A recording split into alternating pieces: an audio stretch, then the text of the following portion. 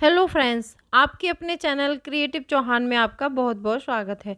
I hope आप सब अच्छे होंगे और सेहतमंद होंगे और आप लगातार मेरी वीडियो के साथ भी बने हुए होंगे।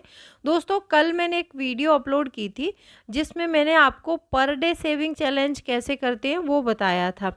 वहीं पर मेरे कुछ सब्सक्राइबर हैं, उनका कमेंट आया है कि दीदी मुझे पर डे पैसे नहीं मिलते हैं, मतलब पर डे उनके पास कोई पैसा नहीं आता है, उनको 1 मंथ में इकट्ठा पैसा मिलता है घर चलाने के लिए। तो वो बोल रही हैं कि ऐसा सेविंग चैलेंज फिर हम कैसे कंप्लीट करें।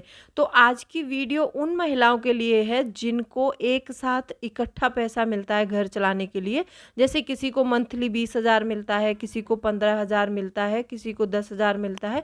जिसकी जैसी आमदनी है उसके हिसाब से आपको पैसे मिलते हैं। तो वो पैसे अपने कैसे बचाएं, उसके लिए आज की वीडियो है। तो सभी महिलाओं के लिए वीडियो बहुत इंपॉर्टेंट है, तो वीडियो के एंड तक ज़रूर बने रहिएगा। और अभी तक आप लोगों ने अपने इस क्रिएटिव चौहान चैनल को सब्सक्राइब नहीं किया है तो आप लोगों से एक रिक्वेस्ट है, प्लीज़ सब्सक्राइब करिए अपने इस चैनल को और बेल आइकन को भी ज़रूर प्रेस कर दीजिएगा ताकि ऐसी ही इंटरेस्टिंग वीडियो की नोटिफिकेशन आपको मिलते रहें। दोस्तों, वीडियो पसंद आए तो एक लाइक ज़रूर कर दीजिएगा। तो चलिए स्टार्ट करते हैं वीडियो को। सबसे पहला पॉइंट आता है कि जिन महिलाओं को इकट्ठा पैसा मिलता है वो पैसे कैसे बचा सकती हैं।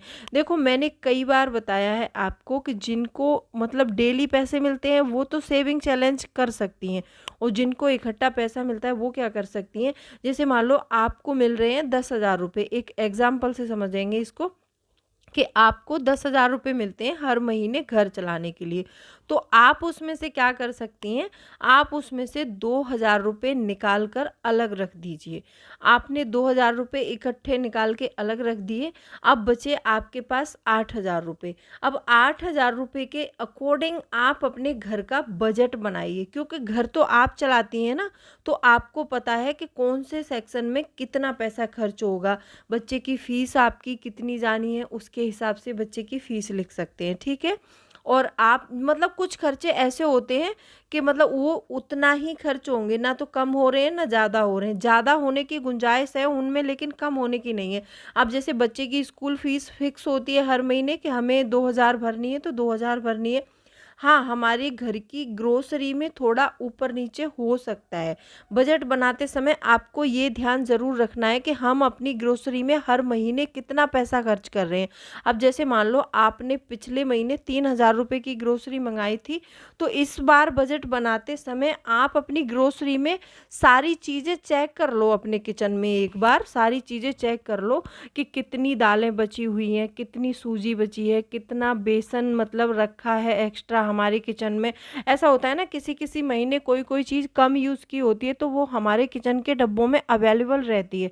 तो अगले महीने उसमें आप क्या करेंगे कि अगले महीने उतना ही सामान मंगाएंगे कि जितना आपके घर में यूज़ होता है। जैसे मान लो आपके घर में, एक एग्जांपल से बताती हूँ मैं, आपके घर में 2 केजी बेसन यूज़ होता है, तो आप यहाँ पर मान लो पिछले महीने का आधा केजी बचा हुआ है, तो आप 2 केजी ना मंगाकर आप यहाँ पर 1.5 केजी मंगाइए, तो वो आधा केजी का पैसा आपका बचेगा, ठीक है। आपने जो 2,000 रुपये निकाल के रखे हैं वो तो आपने अलग निकाल लिए, और जो पैसे में आप बजट बना रहे हैं वहाँ पर आप यदि कम पैसे में बना पाती हैं ऐसे करके बजट, तो आप और पैसे भी बचा सकती हैं। तो जो भी हाउस वाइफ है वो इस तरह से बचत कर सकती हैं जिनको इकट्ठा पैसा मिलता है, ठीक है। अब एक ये तो रहा हमारा बजट बनाने का प्रोसेस, मैंने आपको बता दिया। अब दूसरा पॉइंट आता है कि जो आप सब्जी की वीकली शॉपिंग करती हैं, जैसे बहुत से लोग ऐसे होते हैं कि मतलब पर डे सब्जी आती है उनके घर में, आधा केजी 1 केजी जितना भी खर्च है वो पर डे लेके आते हैं।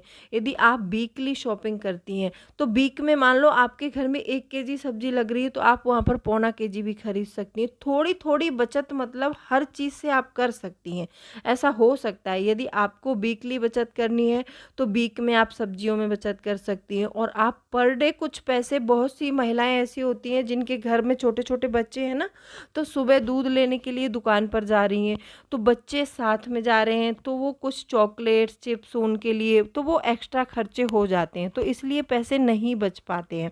तो आपने वो 2,000 रुपये निकाल के रखे हैं, उनमें से मान लो यदि आपने जो बजट बनाया है उसमें यदि 1000 या 500 रुपये की ज़रूरत पड़ती तो आप मंथ के एंड में वहाँ से ले सकती हैं।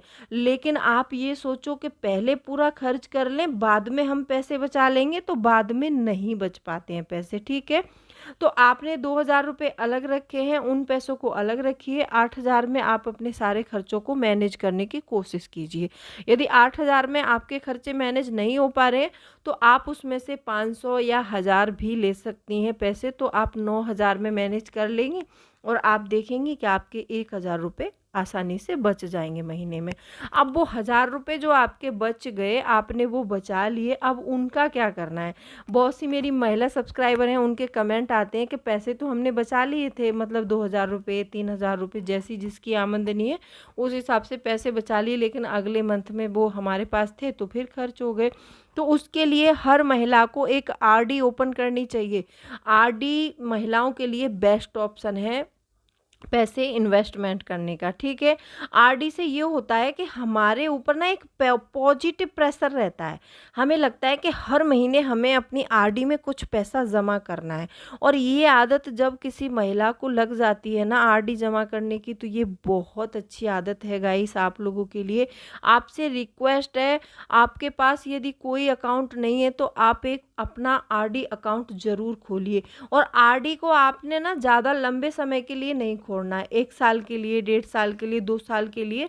2 साल से ज़्यादा मत कीजिएगा, क्योंकि ज़्यादा लॉन्ग प्रोसेस हो जाता है ना, मतलब ज़्यादा लंबे टाइम के लिए जो आरडी वगैरह जो भी इन्वेस्टमेंट हो जाती है ना, तो उसमें हम बोर भी हो जाते हैं, क्योंकि हमेशा हर महीने पैसे जमा करना मतलब थोड़ा सा वो भी लगता है, ऑकवर्ड लगता है।